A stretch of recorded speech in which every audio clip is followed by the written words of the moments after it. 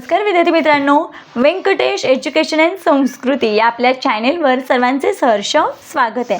आजच्या व्हिडिओमध्ये आपण स्कॉलरशिप शिष्यवृत्ती परीक्षा इयत्ता चौथी विषय गणित यामधील आपण भागाकार व गुणाकार शाब्दिक मिश्र उदाहरणे आजच्या व्हिडिओमध्ये आपण सोडवून घेणार आहोत। बघा, आजच्या व्हिडिओमध्ये आपण 12.3 स्पष्टीकरणाचे सोडवून घेणार आहोत। व्हिडिओ सर्वांनी शेवटपर्यंत बघा, या आधीची 4 गणित आपण या आधीच्या व्हिडिओमध्ये सोडवून घेतलेले आहेत। त्याची लिंक मी या व्हिडिओच्या डिस्क्रिप्शन बॉक्समध्ये दिलेली आहे। आजच्या व्हिडिओमध्ये आपण पुढील उदाहरण सोडवून घेणार आहोत। चला तर मग व्हिडिओला सुरुवात करूया। नेहमीप्रमाणे व्हिडिओ आवडल्यास व्हिडिओला लाईक करा, आपल्या मित्रमैत्रिणींना जास्तीत जास्त शेअर करा, चॅनलवर नवीन असाल तर चॅनलला सबस्क्राईब करा। बघा, इथे पहिला प्रश्न असा दिला आपल्याला, एका सहलीसाठी प्रत्येकी 800 याप्रमाणे 50 जणांनी वर्गणी दिली। सहलीसाठी एकूण 36,000 रुपये खर्च झाले। उरलेली रक्कम सहलीत सहभागी झालेल्यांमध्ये समान वाटली तर प्रत्येकाला किती रक्कम परत मिळाली? बघा काय सांगितलं, तर या उदाहरणामध्ये बघा इथे 3 संख्या दिसत आपल्याला, बरोबर आहे। म्हणजे हे गणित कशाचं आहे, तर गुणाकार आणि भागाकार शाब्दिक उदाहरण आहेत। मग बघा, माहिती समजून घेऊया, प्रश्न समजून घेऊया, तर आपल्याला हा प्रश्न व्यवस्थित सोडवता येणार आहे। एका सहलीसाठी प्रत्येकी 800 रुपये, असं एकूण विद्यार्थी किती 15 जणांनी वर्गणी दिली। मग बघा, प्रत्येकी म्हणजे एका व्यक्तीने किती दिलेली आहे 800 रुपये, ठीक आहे। आणि एकूण किती जणांनी वर्गणी दिले, 50 व्यक्तीने वर्गणी दिलेली आहे। मग काय करायचं, आपल्याला 50 व्यक्तीने दिलेली वर्गणी काढायची आहे। मग आधी आपण काय करतो, या दोघांचा गुणाकार करतो, कारण बघा एकाचं दिले जास्तचं काढायचं, त्यावेळेस आपण काय करतो, यांचा गुणाकार। मग बघा इथे 800 गुणिले 50। आता बघा इथे सगळीकडे शून्य आहेत, काय करूया आपण 8चा पाढा 5 पर्यंत म्हणूया। 8 पंचे 40। बघा हे शून्य मोजा, 1 2 3 आहे तसे शून्य लिहून घेऊया, 3 शून्य। मग आपली अमाऊंट किती झाली 40,000। म्हणजे 50 व्यक्तीने एकूण 40,000 रुपये वर्गणी गोळा केलेली आहे। म्हणजे 50 व्यक्तींची एकूण वर्गणी 40,000 झाली। आता काय सांगितलंय, सहलीसाठी एकूण 36,000 रुपये खर्च झाला। उरलेली रक्कम सहलीत सहभागी झालेल्यांना समान वाटली तर प्रत्येकाला किती रक्कम परत मिळाली? आता बघा एकूण किती रुपये होते 40,000, इथे लिहून घेऊया 40,000 रुपये वर्गणी म्हणजे सहलीची गोळा झालेत। मग त्यातले 36,000 काय झालेत, खर्च झाले। राहिले किती काढूया, वजाबाकी करूया। एकूण रुपये 40,000, 36,000 खर्च झाले म्हणून वजाबाकी, शून्यांची वजाबाकी शून्य। 40 मधून 36 गेले, 4 आले। मग आपलं उत्तर किती आलं, 4,000 राहिले। आता आपल्याला इथे सांगितले ते जे 4,000 रुपये राहिलेत ते प्रत्येकाला परत समान भागामध्ये वाटलेले आहेत। मग आता किती रक्कम प्रत्येकाला मिळाली असं विचारलंय, म्हणून मी ते काय करायचंय भागाकार। मग प्रत्येकाला मग किती जण होते 50 जण, म्हणून मी ते काय करायचंय 50 ने 4,000ला भागायचंय। या शून्याला हा शून्य कट करून टाका। 5चा पाढा 40 पर्यंत म्हणा, 5 8 40। वजाबाकी केली, बाकी आली शून्य, वरून हा शून्य खाली घेतला। 5 0 0 वजाबाकी केली, बाकी आली शून्य। आपलं उत्तर किती आलंय 80। मग बघा प्रत्येकाला 80 रुपये परत मिळाले। मग या प्रश्नाचं आपलं योग्य उत्तर आहे पर्याय क्रमांक 4। 6वा प्रश्न बघा, एका वर्गातील 52 विद्यार्थ्यांनी प्रत्येकी 30 याप्रमाणे वर्गणी गोळा केली। जमलेल्या रकमेतून त्यांनी गरजू विद्यार्थ्यांसाठी 60 रुपये किमतीचे शैक्षणिक साहित्य खरेदी केले तर किती विद्यार्थ्यांना याचा लाभ झाला? बघा हे पण गुणाकार आणि भागाकार याचं मिश्र गणित आहे। मग कुणाचा गुणाकार करायचा, कुणाचा भागाकार करायचा ते आपल्याला प्रश्न वाचल्यावर समजेल। आता आपण प्रश्न वाचलाय, प्रश्न समजून घ्यायचा। बघा एका वर्गातील 52 विद्यार्थ्यांनी, एकूण विद्यार्थी किती आहेत 52 विद्यार्थी आहेत, प्रत्येकाने 30 रुपये। मग काय करूया, आधी 52 विद्यार्थ्यांनी जमा केलेली वर्गणी बघूया। काय करूया, शून्यांचं आपल्याला माहिती आहे 0। बघा 0 गुणिले 2 0, 0 गुणिले 5 0, कारण कोणत्याही संख्येला जर 0 ने गुणलं तर उत्तर किती येतं 0च येतं। या 0 एककाच्या जागी इथे काय करूया शून्यच मांडून घेऊया। आता 30 दशकाने गुणायचे म्हणून इथून सुरुवात करायची। 3 दुने 6, 3 5 15. बेरीज करूया. आपलं उत्तर किती आलं? 1560. म्हणजे 52 विद्यार्थ्यांनी एकूण 1560 रुपये काय केलेले आहेत? वर्गणी गोळा केलेली आहे. आता या रकमेतून काय केलं आहे? 60 रुपये किमतीचे शैक्षणिक साहित्य खरेदी केले. तर किती विद्यार्थ्यांना याचा लाभ होईल? मग काय करूया? एकूण वर्गणी आहे 1560 रुपये. 60 रुपये किमतीचे म्हणून मग याला काय करायचं? 60ने भागायचं. मग इथे शून्याला शून्य कट करून घेऊया. 6च्या पाढ्यामध्ये 15 नाही आहेत. मग त्याच्यापेक्षा लहान संख्या 6 दुने 12. 12. 15 मधून 12 गेले, बाकी आले 3. वरून घेतले हे 6. किती राहिले? 36. 6चा पाढा 36 पर्यंत म्हणा. 6 6 36. वजाबाकी केली, बाकी आली 0. मग आपलं उत्तर किती आले? 26. म्हणजेच 26 विद्यार्थ्यांना याचा लाभ मिळाला. म्हणून मग योग्य उत्तर आहे पर्याय क्रमांक 3 26. पुढचा प्रश्न बघा. एका किराणा दुकानदाराने प्रत्येकी 35 किलोग्रॅम तांदूळ असणारी 50 पोती खरेदी केली. त्यातील तांदळाच्या त्याने प्रत्येकी 10 किलोग्रॅम वजनाच्या पिशव्या तयार केल्या. तर त्याने एकूण किती पिशव्या तयार केल्या? आता इथे बघा, प्रत्येक म्हणजे एक पोतं किती किलोचं आहे? 35 किलोचं आहे. एक पोतं 35 किलोग्रॅमचं आहे. मग अशा एकूण 50 पोती खरेदी केलेल्या आहेत. बरोबर आहे. मग आपल्याला किती किलो झाले? 50 किलोमध्ये किती किलो आले ते बघूया आपण. मग या दोघांचा काय करायचा? पहिला गुणाकार. 35 गुणिले 50. आपण थोडा वेळ शून्य काय करूया? इथे बाजूला आहे तसं लिहून घेऊया. 5 5 25. हातचाला आले 2. 5 त्रिक 15. 15 आणि 2 16 17. मग एकूण धान्य किती झालं? 1750 किलोग्रॅम झालं. आता काय त्यांनी सांगितले माहिती बघा, त्याने प्रत्येकी 10 किलोग्रॅम वजनाच्या पिशव्या तयार केल्या. तर त्याने एकूण किती पिशव्या तयार केल्या? म्हणजे काय करायचं? याला 1750ला 10ने भागायचं. आता बघा, सगळ्यात सोपं सांगते. या शून्याला आपण हे शून्य कट केलं, आता एकच आलं. मग एकने कोणत्याही संख्येला बघा, 1 1 1, एकातून 1 गेलं 0, वरून घेतले 7, 1 7 7, वजाबाकी केली 0, वरून घेतला हा 5, परत 1 5 5, 1 5 5, 5ची वजाबाकी केली, बाकी आली 0.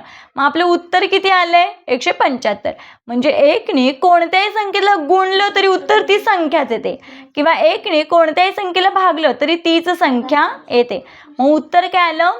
त्याने एकूण 175 पिशव्या तयार केल्या. उत्तर आहे पर्याय क्रमांक 2.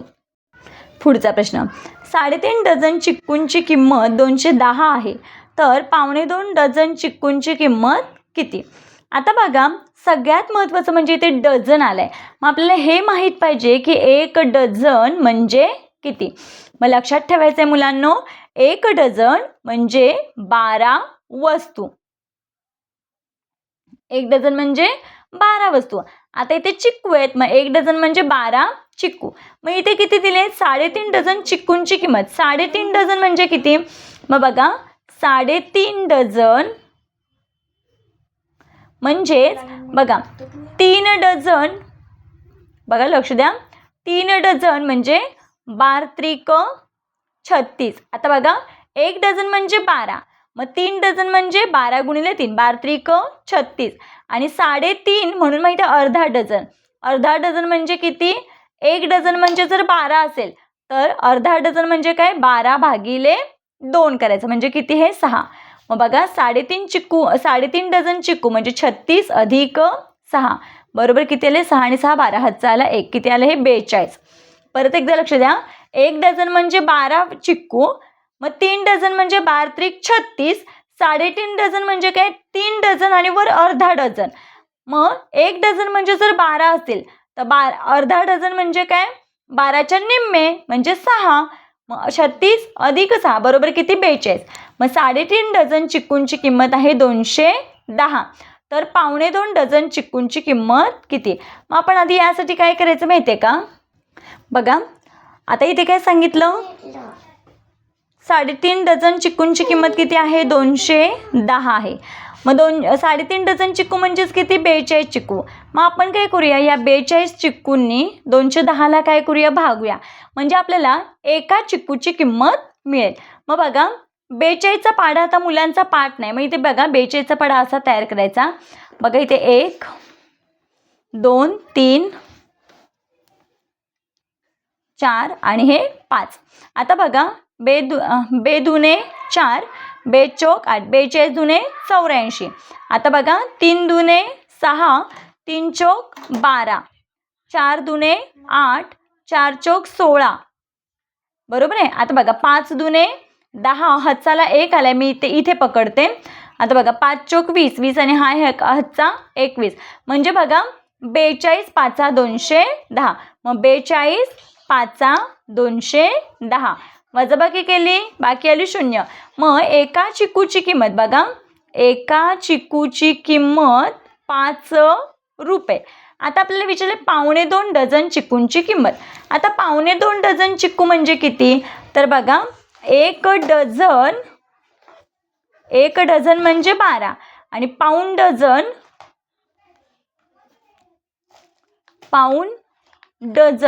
मग मला सांगा, जर बघा 1 डझन म्हणजे 12 असेल, अर्धा डझन म्हणजे 6 आणि पाव डझन म्हणजे 3 आणि पाऊण डझन म्हणजे किती 9 चिक्कू. मग हे 9 चिक्कू, ठीक आहे. आता 12 आणि 9 चिक्कू किती झाले, 12 9 19 20 21 चिक्कू झाले, बरोबर आहे.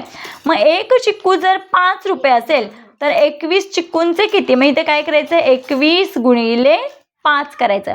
मग बघा 5 1 5, 5 दुने 10, आपलं उत्तर किती आलं 105 रुपये. मग बघा बरं, पर्याय क्रमांक 1 मध्ये 105 आहे.